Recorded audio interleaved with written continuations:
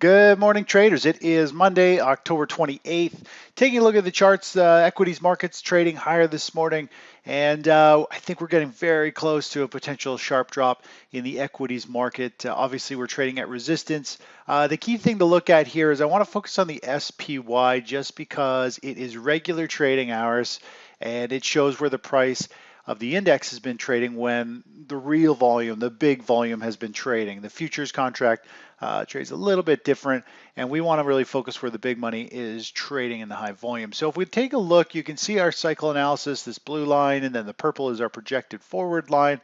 We more or less have been expecting the market to do this slow grind up, form some type of topping phase over the next, well, we talked about it over here. We're looking for about a 2-week kind of rollover. And we got about another week or so left. And you can see the rising trend line here on the SPY, and the market's set to gap up. And we're not quite at that level, but we're pretty darn close. And there's a few things coming into play here. Obviously, we could start to see it chop around and potentially start to form a little bear flag or some type of topping pattern here. I think we could see something like this, maybe a little double top, but we'll see how things unfold. Overall, we are looking for a downward move, likely next week to start taking place. This week could be volatile, meaning we start to see some big waves of selling step in. It starts to chop around. If we take a look over at the VIX, we talked about this a couple times last week that we are right back down into this lower level here where once we get down into this sub 13 level, this is where market tops start to get formed, and we broke below that, and we're back down near this kind of level where there just isn't a lot of fear, a lot of complacency in the market. And if we take a look over at the chart of bonds, which is known as a safe haven, today bonds are moving down, and our cycles show that we've got still a few more days of bonds potentially flushing down, maybe testing these lows wherever they're going to go. But people are moving out of bonds and they're going into stocks today.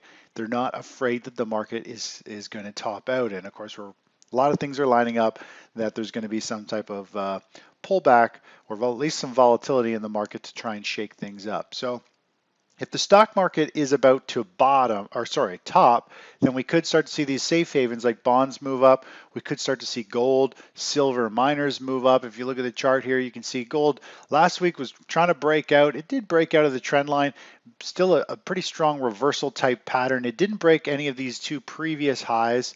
It ended up closing back down. Today it's struggling a little bit. We could see it continue to grind out some type of bottoming phase. We'll see. Overall cycle analysis still not totally in favor in terms of we still have a bigger cycle moving down, but over the next month or so. But we could see this hold its ground and start to build some type of a base. We'll see what happens there. Looking over at silver, it's up 0.4%. Again, it had one of these huge rallies, these kind of hooks that I talk about. We talked about this hook right over here, how the market loves to do one of these massive short covering hooks when it's in a downtrend, get everybody on board, and then it dumps right out and completely clobbers you. And that's what could very well happen here still. I think the metals, I don't think it'll get clobbered, but I think we're going to see metals kind of grind out and start to hold a base here. Overall, you can see we've got a series of higher lows for silver. So the bias is more or less to the upside, and we're just starting to break out, and it just hasn't fully got a hold of a bullish formation yet, but it has broken this previous high, which is a good start. Looking at GDX again, short-term cycles showing downward motion for GDX. So we could continue to see GDX carve out a bottom. It might hold its ground really well if the equities market is topping. We could see GDX hold up, and eventually we should start to see these take off. But they're still in a corrective phase. It didn't break a previous high over here, and it was a big gap up and a sell-off. So overall, it's still not in the clear, but the momentum is shifting with safe havens. They are starting to what looks to be put in a bottom. They're looking to rally here. Taking a look over here at natural gas. Natural gas finally getting a nice pop. It's trying to build this basing formation that we talked about. Last Monday, we talked about how it was going to be a pretty rough week for the market based on our cycle analysis showing a potential pullback. Overall, we are trading right up here at resistance. We do have the cycle pushing to the upside.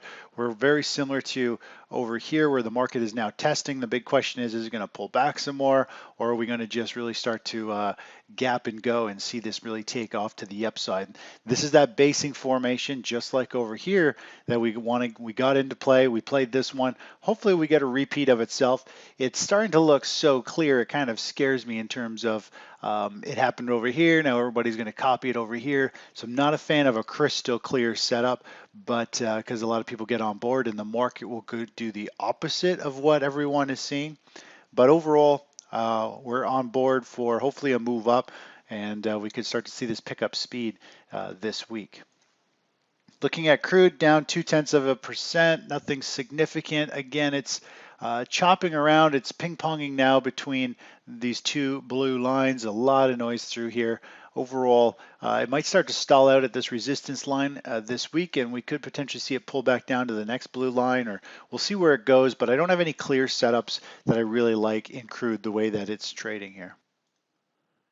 Last but not least, take a look at the US dollar index. The dollar continues to move up. Today it is more or less just trading fairly flat on the session, but overall it does have an upward bias in the cycle. If this continues to move up, gold has been moving with the dollar, so we could see the safe haven start to follow suit. Obviously the Brexit, it more or less passed, but they're going to postpone it by a month or so. So I think we're seeing a bit of money continue to flow back into the dollar as a safe haven play.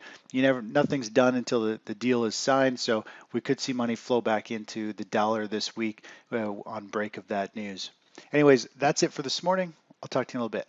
Bye-bye.